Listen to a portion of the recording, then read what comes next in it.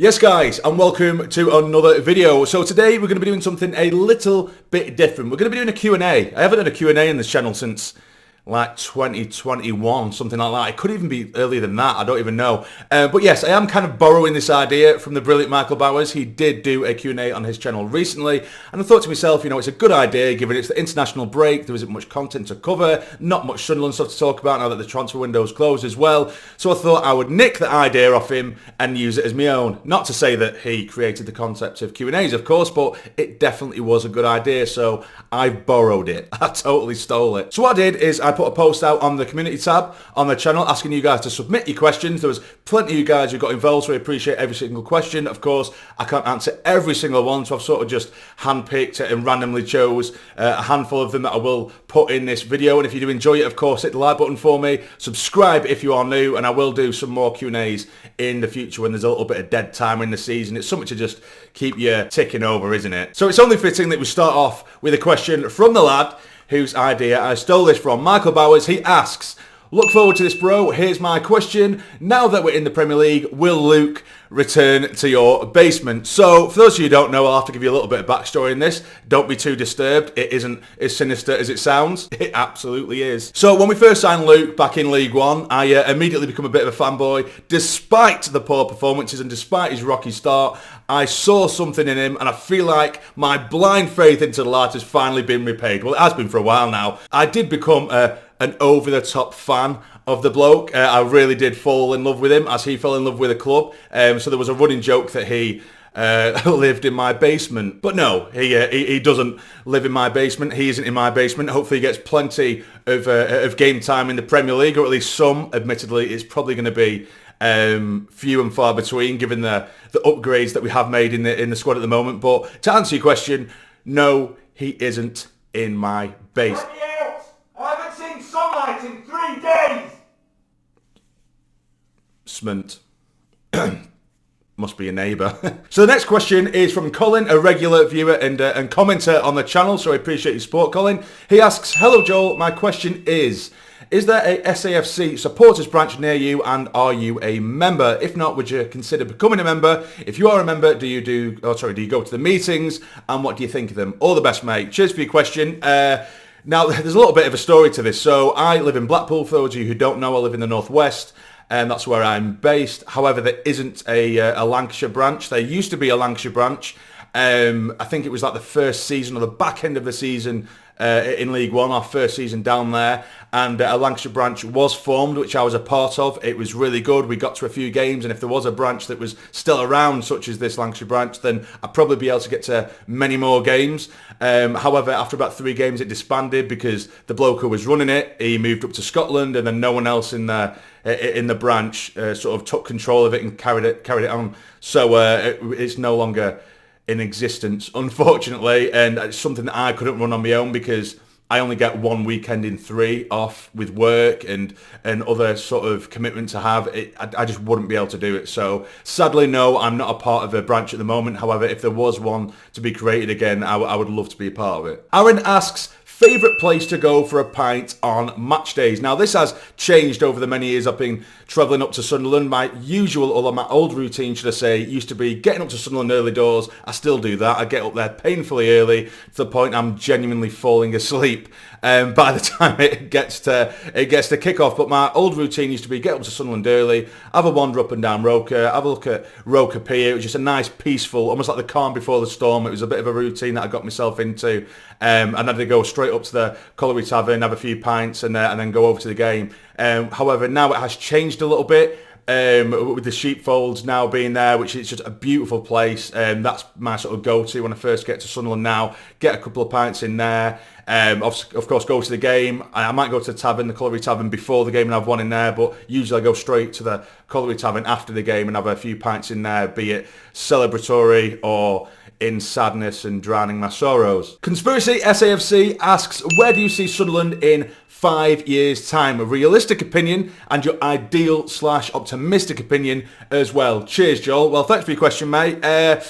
This is a really difficult one because in 5 years' time, I think a realistic opinion, I think it's changed given the start of the season, albeit it's only been 3 games, because I'm just really happy to see that we're competing, let alone winning games. So I think realistic, if we manage to stay up this year, I think sort of solidifying ourselves as maybe a sort of a mid-table club in 5 years' time, sort of generally finishing anywhere between sort of 13th and 10th. I would be quite content with that in 5 years' time. It doesn't sound too exciting, but as opposed to always been sort of fighting relegation, I would 100% prefer that, if that makes sense. Now, in terms of my ideal optimistic opinion in 5 years' time, depending on how sort of ambitious the owners are, and of course we've seen it in this opening season or return season to the Premier League. We've seen that they are very ambitious in the signings we've made, been very strong and very ruthless in the signings we've made.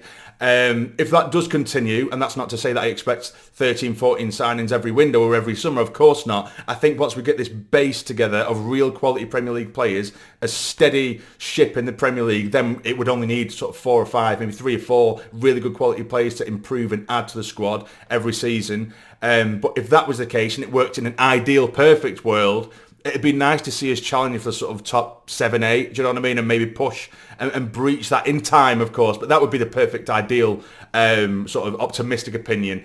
But yeah, in a sort of realistic way or a realistic hope or prediction, I would like to see us just very comfortably be living in the sort of mid-table section, not really bothering the top 6 too much and nowhere near the bottom 3. So that is where I think we could go. I hope that's the right answer. Now, this is a really, really good one. I actually had to re-record this bit because I kept on chopping and changing my mind, but I will try and answer it to the best of my ability. It is a real thinker. It's a head scratcher, so well done, Adrian. So Adrian Kitchen asks, would you rather beat the Mags twice and get relegated, beat them once and lose once and finish 17th, or lose both derbies and finish 10th?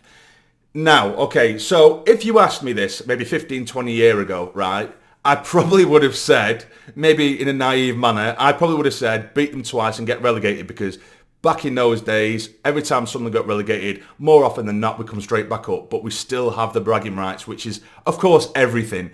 However, given recent times and our 8-year stint away from the Premier League, I don't think we'd be able to stomach getting relegated again. Not to say we might not come straight back up. That might well be the case. But I just would not want to risk that. So I think the best choice here would be to beat them once and lose to them once and finish 17th, because then at least we still retain Premier League status. I wouldn't want to lose both derbies. I wouldn't. If the option was there, I don't give a shit whether we finish 5th and lose both times. I'm not doing that. This is bigger than everything. I'd rather beat them once, lose once, and I think it'd be amazing to do it at St James's. Then it'd be the most recent game as well. So then we have the bragging rights for the most immediate game or the most previous game. So yeah, I'll probably go for beat them once and lose once and finish 17th, particularly this season anyway. But that's a cracking question. I'd like to hear what everyone else would think in the comments down below, because that was a real head scratcher. Like I said, I've had to re-record that one a couple of times because I kept changing my mind. Now, there was a couple of questions that were very, very similar, so I'm going to stick them both together. But George K does ask, hi, do you ever want to get back to playing FIFA again, with Sunderland being in the Prem? And also it was asked here as well, I know you did this in the past, but is it possible we could see a return of gaming content? I remember you done horror games such as Outlast, etc., and that had me giggling. Now, I do appreciate that, by the way, and I used to love doing the gaming content, particularly games like Outlast and horror games, because it made editing so much fun to see my genuine reaction, because I am an absolute pussy when it comes to horror games, and the reactions were absolutely genuine and I was shit scared. So looking back and editing them, I just remember how fun it was. Whereas with FIFA, it did change. Of course, if for those of you who don't know, you're new to the channel started off as a sort of FIFA/gaming channel. Up until about 3,000, 4,000 subscribers, it was all FIFA on this channel, particularly career mode. And I loved it because the gameplay was fun. Now, I'm probably going to go into a little bit of a rant here. So if you love EAFC, if you love FIFA at the moment, that's fine. That's your opinion. But you might be a little bit precious when it comes to this. So for me, the last 3-4 years in particular, the gameplay of EAFC or FIFA has been utterly dog shit. And what's frustrating is when you're trying to explain this to someone who's just a real vivid, avid FIFA supporter or a FC supporter, all they simply say is, get good. And it's like, No, that's just part of the problem. Yes, you might be good at a really shit game, but it doesn't make the game good. Honestly, I've tried, and there was a handful of times where I did try and think, or I was trying to experiment with bringing FC25 or FC24 back to the channel, career mode back to the channel, but then every time I play 1 or 2 games, and even if I'm winning 3-0, the second the full-time whistle goes, I'm pissed off. The gameplay is utterly unenjoyable. The AI is dead, and what they do is give us poor game design and cover that up and put that under the umbrella of difficulty. That is shit game design. You're literally fighting against your own players at all times. The amount of times, say for example, the opposition will have the ball at the centre of the pitch, I'm absolutely frantically trying to change to a player that is closest to the opposition player who has the ball, and it literally changes to 4 or 5, maybe 6 players who are nowhere near the play before I actually get to a player that's near the ball, and by that time he's on the edge of the box. And what's even worse is that the AI of your own team are actively running away from the ball. They are parting like the sea. They're just trying to run away from it. They'll be running at your centre-back. And if you don't have control of him, they're literally jogging away like, go on, mate, off you pop, have a crack. It's absolutely horrendous. The movement is so sluggish. It's unresponsive. I've seen people say, oh, why don't you choose this setting or choose that setting? I've changed it all. I've experimented with it all. And it is just garbage gameplay. It's just horrendous. So as long as that's fixed,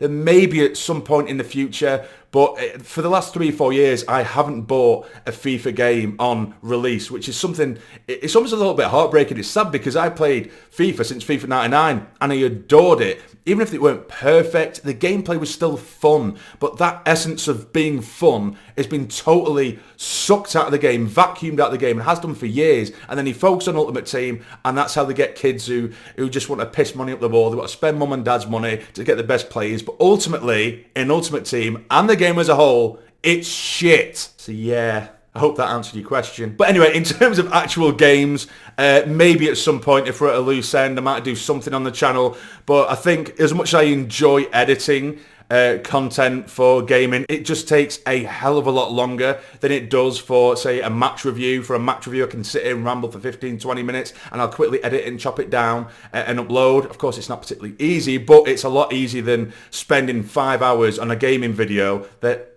realistically isn't going to be high in views, which isn't everything I know, but it's a lot of effort, it's a lot of time. We'll see in the future. I'll never say never. Now, I am going to end it on one question. I realise I've gone a bit over time. I know I haven't answered too many questions, but like I said, I will do it in the future if you want me to. Apologies for those who I haven't responded to. I do appreciate every single response. But I'm going to end it on this one, and I only do this because we've had a lot of new subscribers recently. I have done videos on this before. I've answered this a million times, so if you've heard it before, you can click off, enjoy the rest of your day. But for those new subscribers, I will answer it now as brief as possible. I'm not going to go into too much depth. But Ahmad does ask, I'm sure you've covered it at some point. I have, but I've definitely missed it. How did you become a Sunderland supporter? So yeah, in a nutshell, as I've alluded to, you've probably heard me mention in the channel before, and I have said it in this video, I am from Blackpool. I'm based in Blackpool. I was born and bred in Blackpool. However, a lot of my family, or the majority of my family, although they like football, they were all Manchester United fans for different reasons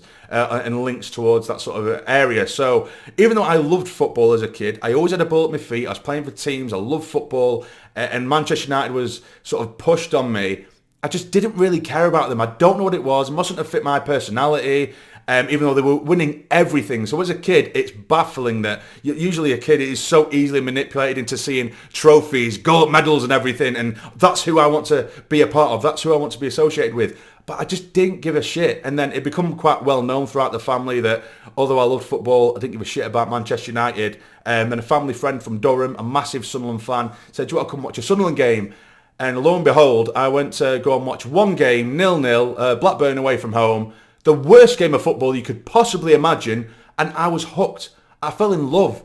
I don't know what it was. The passion of the fans, the kits, anything. I don't know what it was, but I just absolutely fell in love seeing being met with myself being such a passionate lad. Even as a young lad, I was a very passionate lad. To be met face to face with tenfold passion and seeing the adoration and how the club was absolutely everything to these fans, and just everything that came with it, the camaraderie with the fans, being introduced to different people, and I just absolutely fell in love. And the next day I went to school in Blackpool the most proudest Sunderland fan you could ever imagine. And there's little stories I mentioned on the channel before, like, you know, when you're a kid, you never want to wear this big coats, the big jackets that your mum wants you to wear, but she got us one that had a Sunderland badge on it, and I went into school proud as punch to wear this coat that drowned me over my knees, down to my feet, just because it had a Sunderland badge on it. And I was like, look at this, lads. And they're like, we support Manchester United. We're wiping our arse with Champions League trophies, mate. And I'm like, we just got relegated. But yeah, that's it in a nutshell. That is how I support Sunderland. But I am going to leave it there, guys. Again, I know I haven't answered everyone's questions, but if you want me to keep on doing these Q&A just every now and then, let us know in the comments down below. Hit the like button for me. Subscribe if you are new. We are about 36 subscribers away from 18,000. So if you would consider it and you're not yet subscribed, it'd be massively appreciated. But enjoy the rest of your day. How are the lads? Keep the faith.